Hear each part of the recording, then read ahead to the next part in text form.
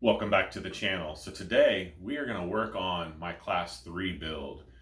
It's been a while since I've had it on the channel. Part of that has been because I was waiting on a part. The other part of that was I was really excited to do my class 2 build, the Predator build. And that one really had me excited, and I want to move on with it while I was waiting on a part. My part has shown up. So we are going to servo on axle on the class 3 Predator build based off a Gen 7 Pro.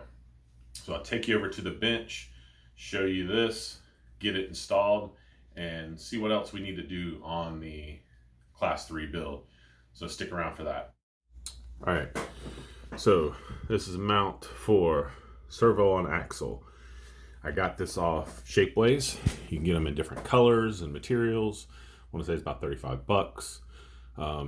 Takes a good almost a month between them making it and all that good stuff and sending it out. But looks like it's well made. We'll see how it does mounting it up.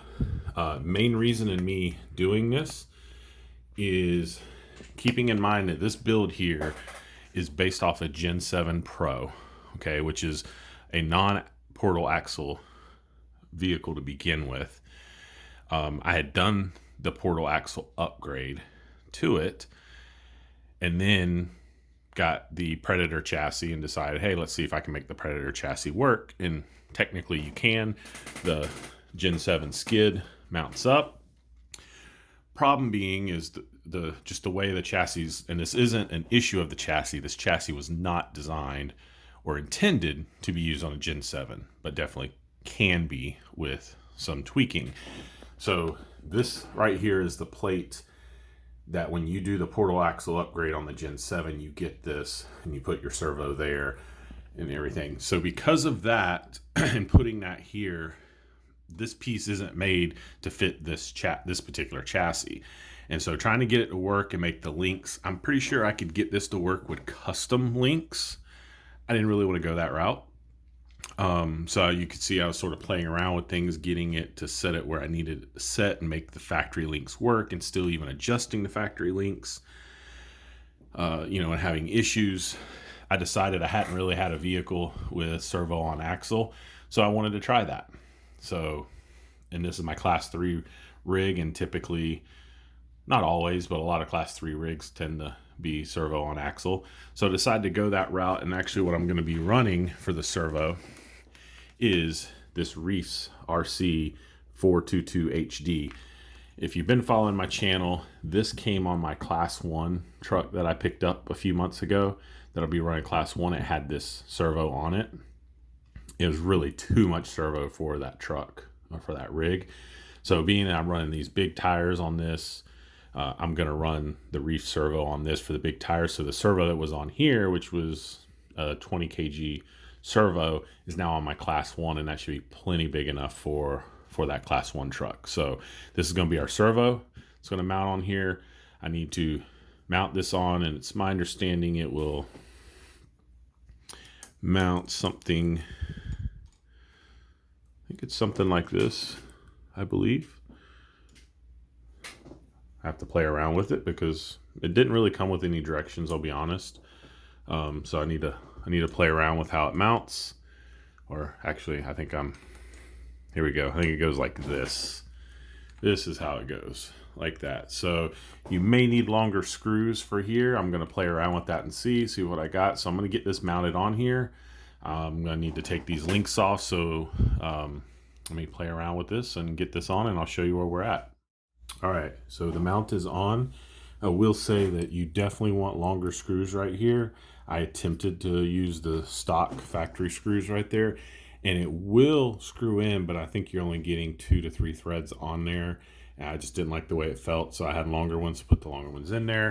You can see I've got back there right now, it's just set up with a 3-link. It's my intent to swap this now to a 4-link with this. Problem I'm running into at the moment is because the way the motor sits, I don't know where I would get my other link where I would mount it. So I'm gonna have to, I don't know, get creative there. For the time being, I'm gonna get the servo on here, get the steering set, and sort of get everything else set. I'll come back to that piece depending on how it sort of functions sitting like this. So let's get the servo mounted. All right, it's mounted for the time being at least. I sort of just got my electronics dumped over here, hooked up so I could center the servo to try to center the steering so we can see it works. I don't like the way that's up that high, but I felt like putting this down, it put it too close to this.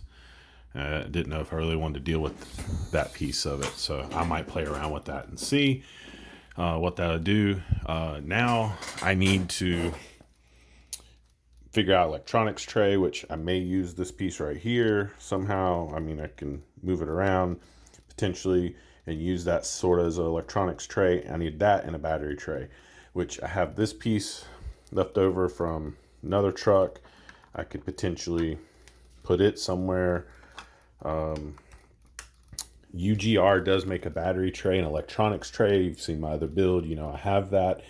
And I would love to have that piece. They're great pieces. The only issue I see is, again, this chassis was designed for the Gen 8, and it's actually, the Gen 7's a little wider in the frame rails, so your distance back here and stuff. So the battery tray and electronics tray that UGR has actually would not be wide enough for this. So I have to sort of, you know, do something custom.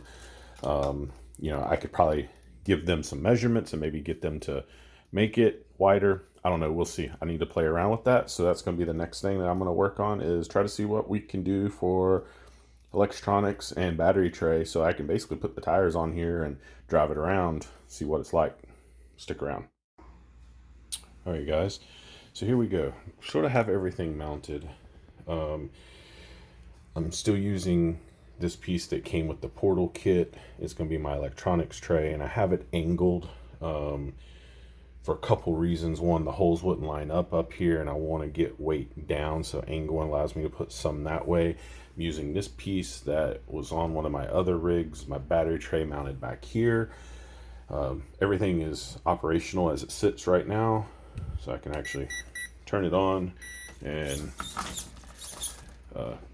have everything. I am now 4-link. I'm experimenting here because there was a lot of movement, so I have 2 short links using the holes that were already in the Predator chassis here.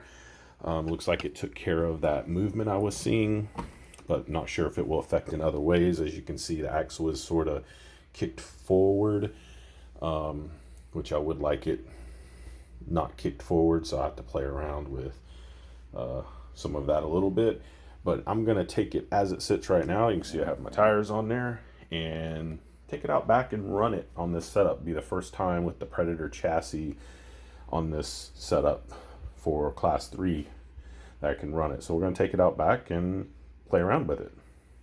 So stick around for that. All right, first run for the class 3 Gen 7 Predator build.